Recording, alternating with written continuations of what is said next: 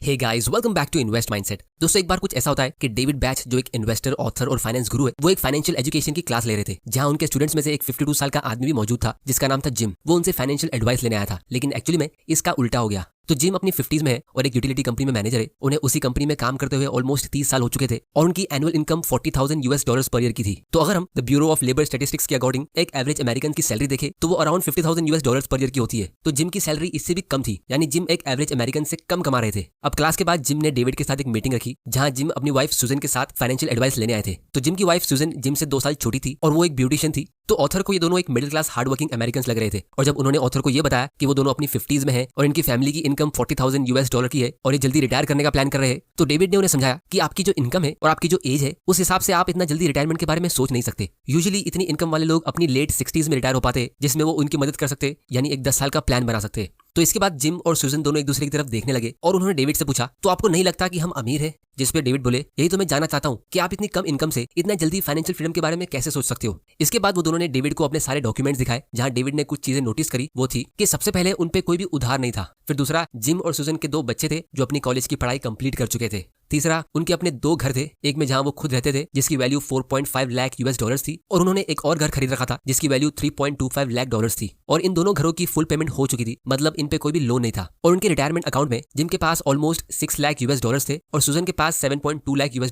और इसके साथ में इन्होंने $1.5 लाख के बॉन्ड्स भी खरीद रखे थे और इनके सेविंग्स अकाउंट में $60,000 का कैश जमा था इमरजेंसी के लिए, जिसे देखने के बाद डेविड हैरान रह गए। इन सभी को मिला के उन दोनों की नेटवर्थ ऑलमोस्ट $2 मिलियन पहुंच गई थी। तो एक तरफ उनकी सैलरी नॉर्मल लोगों से कम थी, लेकिन दूसरी तरफ उनकी वेल्थ नॉर्मल लोगों से काफी ज्यादा थी। तो इसे देखकर डेविड बहुत ही इंप्रेस हुए और वो इनकी इस वेल्थ का सीक्रेट जानना चाहते थे, जिसपे उन्होंने उनसे पूछा कि क्या आपको कुछ खानदानी पैसा मिला है? तो उन दोनों ने कहा कि हमारे पेरेंट्स वैसे तो बहुत रिच थे, लेकिन उन्होंने अपनी वेल्थ में से हमें कुछ भी विरासत में नहीं दिया और हमें इससे कोई भी प्रॉब्लम नहीं थी, क्योंकि उन्होंने हमें फाइनेंशियल एजुकेशन दी। हमारे पेरेंट्स हमसे हमेशा यही कहते थे कि जब हम खुद से अपनी मेहनत करके सेविंग्स और इन्वेस्टिंग करके रिच बनेंगे तो हमें इस बात से सबसे ज्यादा खुशी मिलेगी। और इसीलिए हमारे पेरेंट्स ने हमें ये एडवाइस दी कि हम जितना भी अर्न करेंगे हमें उससे कम स्पेंड करना चाहिए और सबसे पहले हमें अपने आप को पे करना चाहिए। फिर इन्होंने और बहुत सारी चीजें बताई जिसको हम इस वीडियो में थोड़ा डिटेल में समझेंगे। तो शुरुआत में वो अपनी इनकम का सिर्फ 5% सेव करते थे, क्योंकि उनकी इनकम बहुत कम थी, लेकिन कुछ भी सेविंग्स नहीं करने के बदले उन्होंने अपनी पहली सैलरी से ही सेव करके इन्वेस्ट करने का प्लान किया। फिर भले ही वो अमाउंट कितना भी छोटा क्यों ना हो, और फिर धीरे धीरे करके उन्होंने अपनी आदत बनाई और बाद में फिर वो अपने सेविंग्स रेट को बढ़ाने लगे। और जब वो डेविड से मीटिंग कर रहे थे तो उस टाइम वो अपनी इनकम का 15% सेव कर रहे थे।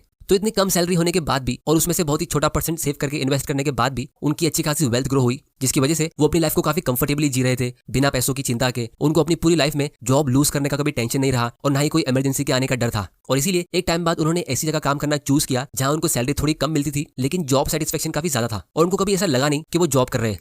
तो इसीलिए दोस्तों, हम आज की वीडियो में ये बुक द ऑटोमेटिक मिलियनेयर से कुछ इंपॉर्टेंट लेसन सीखेंगे, जिससे अल्टीमेटली वीडियो के खत्म होने से पहले आपको ये बात समझ आ जाएगी कि आपको फाइनेंशियल फ्रीडम अचीव करने के लिए या करोड़पति बनने के लिए बहुत सारे पैसे कमाने की जरूरत नहीं है, यानी बहुत अच्छी सैलरी होने की जरूरत नहीं है। आपको कोई खुद की कंपनी स्टार्ट करके दिन के 12 या 15 घंटे काम करने की भी जरूरत नहीं है, और ना ही आपको बहुत ज्यादा डिसिप्लिन होने की जरूरत है। आपको बस एक सिंपल स्ट्रेटेजी चाहिए, जिसे हम आज की वीडियो में डिस्कस करेंगे। तो चलिए शुरू करें। एक बार मॉर्गन हाउसल अपनी यंग एज में लॉस एंजलिस के एक 5 स्टार होटल में जॉब कर रहे थे। उनका जॉब बस यही था कि उन्हें उस होटल में आए हुए VIP गेस्ट की कार्स को पार्क करना होता था। तो उन्हीं की एज का एक लड़का एक बहुत ही एक्सपेंसिव कार पोर्श लेके पार्टीज करके आता था, जो हमेशा लोगों का अटेंशन ग्रैब करता था। लेकिन एक दिन मॉर्गन ने नोटिस किया कि वही लड़का एक पुरानी होंडा कार में आ रहा है, और फिर उसके बाद वो पुरानी होंडा कार में ही दिखने लगा। तो मॉर्गन ने उसे पूछा कि उसकी वो लग्जरी कार पोर्श का क्या हुआ। तो उसने बताया कि वो अपनी उस कार का लोन भर नहीं पाया, तो बैंक ने उसकी वो कार बेच दी। तब मॉर्गन सोचने लगे कि जब आप रास्ते में किसी फरारी को देखते हो तो आपको लगेगा कि ये इंसान कितना अमीर है, लेकिन ये भी हो सकता है कि उसने वो कार लोन पे ली हो और उसे उस कार का एक बहुत बड़ा पेमेंट चुकाना बाकी है, और इसीलिए उसकी इनकम का एक बहुत बड़ा हिस्सा उस कार की EMI में जाता है, और एक्चुअली में वो शायद आपसे भी पुअर हो।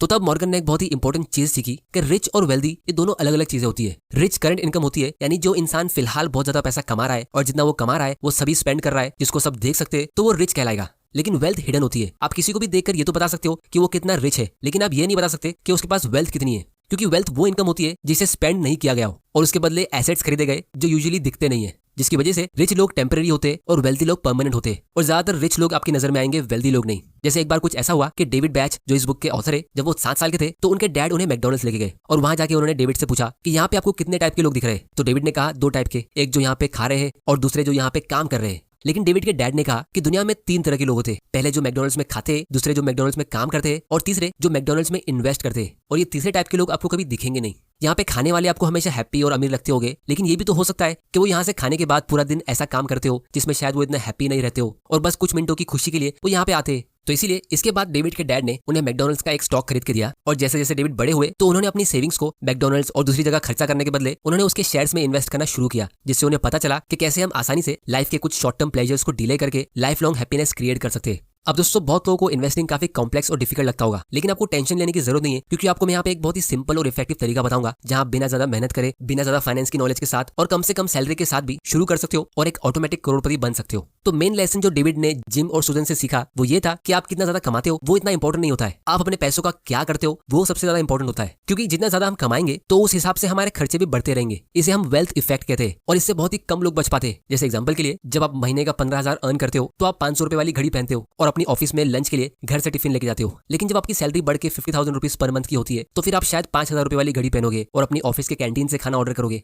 लेकिन जब आपकी सैलरी 1 लाख पर मंथ की हो जाएगी तो फिर आप शायद 25,000 रुपए वाली घड़ी पहनोगे, रोज बाहर से अच्छे होटल से खाना ऑर्डर करोगे, आईफोन्स, ब्रांडेड कपड़े और शायद 1-2 अच्छी कार्स खरीद लोगे। इनफैक्ट बहुत लोगों के पास पैसा आया भी नहीं होता है, वो बस आने वाला होता है और लोग पहले डिसाइड कर लेते कि वो उसको कहाँ खर्चा करेंगे। दोस्तों मुझे अभी भी याद है, जब मैं कंपनी में काम कर रहा था तो मेरे एक फ्रेंड को 1.5 लाख रुपीज का एक स्पेशल बोनस मिलने वाला था, लेकिन वो बोनस उससे अगले महीने की सैलरी में मिलने वाला था। लेकिन उसने अपने क्रेडिट कार्ड से 10,000 रुपीज का टोकन पहले ही पे कर दिया था एक नई बाइक खरीदने के लिए, जिसके लिए उसको बाद में 1.5 लाख रुपीज पे करना था जब उसको बाइक डिलीवर हो जाएगी। अब दोस्तों ये तो फिर भी ठीक है कि उसे कैश मिलने वाला था इसलिए उसने खर्चा किया, लेकिन हद तो तब पार होती है जब लोग किसी ऐसी चीज को खरीद लेते जिसकी उनको जरूरत नहीं होती है और ऐसे पैसों से जो उन्होंने कमाए भी नहीं होते और ना ही फ्यूचर में कहीं से वो आने वाले होते। क्योंकि दोस्तों हमारी बेसिक नीड्स बहुत ही कम होती है, लेकिन लोगों के डिजायर्स की लिस्ट काफी लंबी होती है और इसीलिए आजकल लोग ज्यादा कमाने के बाद भी ज्यादा सेविंग्स नहीं कर पा रहे, क्योंकि आज की तारीख में पैसा कमाना इजी हो गया है लेकिन स्पेंडिंग करना उससे और ज्यादा इजी हो गया है। तो इससे बचने का सिर्फ एक ही तरीका है जिसे हम कहते हैं द लाटे फैक्टर। इसको समझने के लिए मिलिए सनी से, जो 28 साल का एक बैचलर है, एक प्राइवेट कंपनी में जॉब करता है। ये रोज सुबह घर से निकलता है और रास्ते में स्टारबक्स से हॉट लाटे ऑर्डर करता है, जो कुछ नहीं बस एक महंगी कॉफी होती है जिसकी कीमत लगभग 200 से 300 रुपए के आसपास होती है। फिर जब वो काम करता है तो वो कभी कभी मैकडॉनल्ड या ऑफिस के कैंटीन से खाना ऑर्डर करता है, जहां उसका और 300 से 500 रुपए खर्चा होता है। फिर शाम को घर आते हुए वो बर्गर या पिज्जा डिनर के लिए लेके आता है और फिर शाम में थक हार के घर में आने के बाद वो अपनी टीवी को ऑन करता है और कोक के साथ नेटफ्लिक्स पे अपनी फेवरेट सीरीज को एंजॉय करता है। अब दोस्तों दिखने में ये लाइफ बहुत ही बढ़िया लग रही होगी, लेकिन इसमें एक बहुत बड़ी प्रॉब्लम है, वो ये कि वो ऑन एन एवरेज दिन में कम से कम 500 से 1000 रुपीज तो ऐसी खर्चा कर रहा है। जैसे हम अगर मंथली देखें तो 500 रुपीज के हिसाब से ये 15,000 रुपीज होता है, मतलब साल का 1.8 लाख रुपीज। अब उसे इस बात से कोई फर्क नहीं पड़ता क्योंकि वो अपने पेरेंट्स के घर में रहता है, उस पर कोई सेविंग्स करने का प्रेशर नहीं है, रहने के लिए रेंट भी देना नहीं पड़ता है। लेकिन दोस्तों सनी के लिए प्रॉब्लम तब शुरू होगी जब वो धीरे धीरे टाइम के साथ इस लाइफस्टाइल के ट्रैप में फंस जाएगा और धीरे धीरे करके जब उसके एक्सपेंस बढ़ेंगे, जैसे उसकी शादी होगी तो उसकी फैमिली बढ़ जाएगी, फिर उसको अपना एक अलग घर लेना पड़ सकता है और बच्चों के अलग खर्चे होंगे, एक्सेट्रा एक्सेट्रा। तो जब ऐसा होगा तो सनी को मजबूरन अपने अननेसेसरी एक्सपेंसेस कट करने पड़ेंगे। तो लाटे फैक्टर ये कहता है कि आप अपनी लाइफ को एंजॉय कर सकते हो, जैसे अगर आप महीने में एक बार अपनी फैमिली के साथ बाहर खाने जाते हो तो उसमें कोई भी प्रॉब्लम नहीं है। लेकिन जो हमारे दिन के छोटे मोटे खर्चे होते, जो हम कंसिस्टेंटली करते, जो हमारी बेसिक नीड्स या जरूरत में नहीं आते, आपको उन्हीं पे फोकस करना चाहिए और उनमें से कुछ एक्सपेंसेस को कट करना चाहिए और उससे आपको सेव करके इन्वेस्ट करना चाहिए, ताकि फ्यूचर में आप जरूरत के टाइम एटलीस्ट बेसिक चीजें अफोर्ड कर पाओगे। क्योंकि दोस्तों हो सकता है कि आपको फ्यूचर में इतना लेट करोड़पति नहीं बनना है, आपको अभी लाइफ को एंजॉय करना है जब आपको लगता है कि आपके पास टाइम और एनर्जी है। और ये सोच में कोई गलत बात नहीं है, आप अपनी 20s में भी अपनी लाइफ को एंजॉय कर सकते हो, लेकिन फिर भी आपको अपनी सैलरी का एटलीस्ट 10% सेव करके इन्वेस्ट करना चाहिए अपने फ्यूचर के लिए, क्योंकि एक तो ये इतना छोटा अमाउंट है कि इसे आप नोटिस भी नहीं करोगे और दूसरा आपको सबसे पहले अपने फ्यूचर के लिए पे करना चाहिए। क्योंकि जब फ्यूचर में आपको अर्जेंट अपनी बेसिक चीजों के लिए जरूरत पड़ेगी, जब हो सकता है कि आपके पास जॉब ना हो या आपको अचानक से कोई सीरियस मेडिकल इमरजेंसी होती है या किसी भी प्रॉब्लम की वजह से आपको कैश की जरूरत पड़ती है, तो आपको किसी और से पैसे मांगने की जरूरत नहीं पड़ेगी, बल्कि आप अपने पास्ट से उधार ले सकते हो और वो उधार आपने पहले ही चुका दिया है अपनी सैलरी का 10% सेव करके। और जैसे जैसे टाइम निकलता रहेगा और अगर आपको फ्यूचर में कैश की जरूरत नहीं पड़ती है तो आपकी वेल्थ ग्रो होती रहेगी और धीरे धीरे करके आपकी लाइफ से एक टेंशन यानी पैसों का टेंशन हमेशा के लिए कम हो जाएगा। लेकिन इसको आपको ऑटोमेटिक बनाना होगा, क्योंकि डेविड कहते हैं कि आप अपनी लाइफ में इस एक रूल को हमेशा याद रखना कि if it requires a lot of discipline it probably won't work. मतलब अगर कोई काम करने के लिए आपको मोटिवेशन या डिसिप्लिन चाहिए तो वो काम में आप सक्सेसफुल होगे नहीं, क्योंकि हम ह्यूमंस का बेसिक नेचर है इंस्टेंट ग्रेटिफिकेशन को चेस करना, यानी हमें शॉर्ट टर्म प्लेजर्स को चेस करना पसंद होता है, ना कि लाइफ की लॉन्ग टर्म हैप्पीनेस को। तो किसी एक्शन से आगे जाके कई सालों बाद हमें क्या बेनिफिट मिलने वाला है, उसके लिए काम करने के लिए हमें बहुत ज्यादा एफर्ट और डिसिप्लिन लगता है, क्योंकि उसका मजा हमें शॉर्ट टर्म में मिलता नहीं है। तो जो उसका मोटिवेशन होता है वो कुछ टाइम बाद इंसान लूज कर देता है, क्योंकि कोई भी इंसान साल के हर एक दिन मोटिवेटेड नहीं रह सकता। आज अगर आप फ्यूचर के लिए प्लान कर रहे हो और फाइनेंशियल फ्रीडम के बारे में सोच रहे हो, क्योंकि आज आप एक्साइटेड हो, ये वीडियोस देख के आप मोटिवेटेड फील कर रहे हो, बट कल शायद आप ऐसा फील नहीं करोगे और हो सकता है कि आप अपने एक्सपेंसेस कंट्रोल भी ना कर पाओ और अपनी इस फाइनेंशियल फ्रीडम की जर्नी में कहीं गुम हो जाओ। यही प्रॉब्लम जिम और सुजन के साथ भी हुई थी। उनको अपने पैसे सेव करने में बहुत ज्यादा डिसिप्लिन और एफर्ट लग रहा था, जिसमें वो बार बार फेल हो रहे थे। इसीलिए उन्होंने डिसाइड किया कि उन्हें कुछ अलग करना होगा। तो अपने बिहेवियर को हर महीने या हर रोज कंट्रोल करने के बदले उन्होंने एक सिस्टम क्रिएट किया। उन्होंने ये डिसाइड किया कि वो अपनी इनकम का कितना % सेव करेंगे। जैसे शुरुआत में वो 4-5% था। फिर वो डिसाइड होने के बाद उन्होंने उस अमाउंट की एक इन्वेस्टमेंट कंपनी के साथ एक इन्वेस्टमेंट पॉलिसी सेट कर दी, जिससे उनकी सैलरी आते ही उनकी इनकम का वो हिस्सा ऑटोमेटिकली इन्वेस्ट होने लगा और फिर उनके पास जो पैसे बच जाते थे वो उससे अपने लिए यूज करते थे।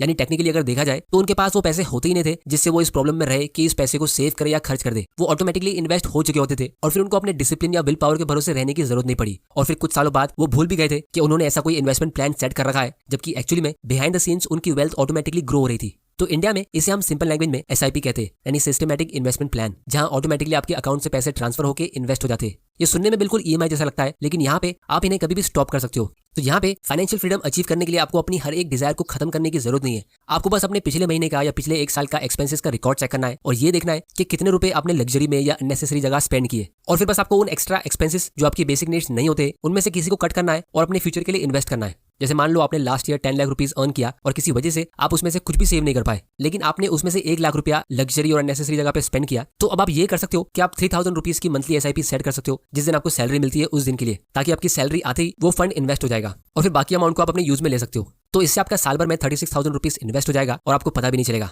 क्योंकि लॉन्ग टर्म में छोटे छोटे अमाउंट से भी कंपाउंडिंग के पावर से आपकी अच्छी खासी वेल्थ बिल्ड हो सकती है। पिछले 40 सालों में इंडियन स्टॉक मार्केट ने यानी सेंसेक्स ने ऑन एन एवरेज 15% का रिटर्न दिया है। तो अगर आप वही 3000 रुपीज कोई ऐसी जगह इन्वेस्ट करते हो, मतलब एक दिन का सिर्फ 100 रुपीज, अब वैसे तो पास्ट परफॉर्मेंस फ्यूचर रिटर्न की गारंटी नहीं देता है, लेकिन जल्दी सेविंग्स करने और कंपाउंडिंग के पावर को समझने के लिए 15% के कंपाउंडेड रिटर्न के हिसाब से 30 साल में आपके पास हो गए 2 करोड़ रुपए और आपका इन्वेस्टमेंट था सिर्फ 10 लाख रुपीज का। मतलब ये ऑरेंज वाला पार्ट आपका इन्वेस्टमेंट रिटर्न है और ये ग्रीन वाला पार्ट आपका इन्वेस्टमेंट। तो ये होता है पावर ऑफ कंपाउंडिंग, जिसको यूज करके एक बहुत ही कम सैलरी होने के बाद भी आप जिम और सुजन जैसे एक ऑटोमेटिक करोड़पति बन पाओगे। तो इसलिए मैं हमेशा कहता हूं कि आपके पेरेंट्स आपके इमरजेंसी फंड नहीं होते और आपके बच्चे आपके रिटायरमेंट फंड नहीं होते। आपको खुद ही अपनी वेल्थ बिल्ड करना चाहिए और फाइनेंशियली आत्मनिर्भर बनना चाहिए। तो अगर आपको नहीं पता कि कहां और कैसे इन्वेस्ट किया जाए, तो आप कोई एक सिंपल सा लो कॉस्ट म्यूचुअल फंड या इंडेक्स फंड ले सकते हो और उसमें एक लॉन्ग टर्म के लिए SIP सेट कर सकते हो, क्योंकि इन SIP को हर महीने डिसिप्लिन की जरूरत नहीं होती है। SIP के इमोशंस नहीं होते, ये SIP ग्रीड और फियर के विक्टिम नहीं होते। तो जब मार्केट नीचे जाता है और जब आपको ज्यादा इन्वेस्ट करना चाहिए, जैसे अभी फिलहाल इंडियन मार्केट में स्लो डाउन चल रहा है और लोगों को ज्यादा इन्वेस्ट करना चाहिए, तो ऐसे टाइम पे लोग इन्वेस्ट करते नहीं है। कुछ लोग मार्केट की रिकवरी का वेट करते हैं और कुछ लोग मार्केट के और गिरने का, और जब एक्चुअली में कुछ होता है तो भी कोई इन्वेस्ट करता नहीं है। तो ये SIP हमेशा काम करता रहेगा और आपकी फाइनेंशियल फ्रीडम की जर्नी में धीरे धीरे करके आपको एक कदम आगे बढ़ाते जाएगा। और इसकी सबसे अच्छी बात यह है कि इसे आप आज से ही शुरू कर सकते हो। तो अगर आपको एक इन्वेस्टमेंट अकाउंट ओपन करना है तो उसकी लिंक आपको नीचे डिस्क्रिप्शन में मिल जाएगी। आप घर बैठे बैठे अपनी फाइनेंशियल फ्रीडम की जर्नी की शुरुआत कर सकते हो। तो दोस्तों आज की वीडियो में इतना ही। उम्मीद करता हूं कि आपको इससे कुछ ना कुछ सीखने जरूर मिला होगा। तो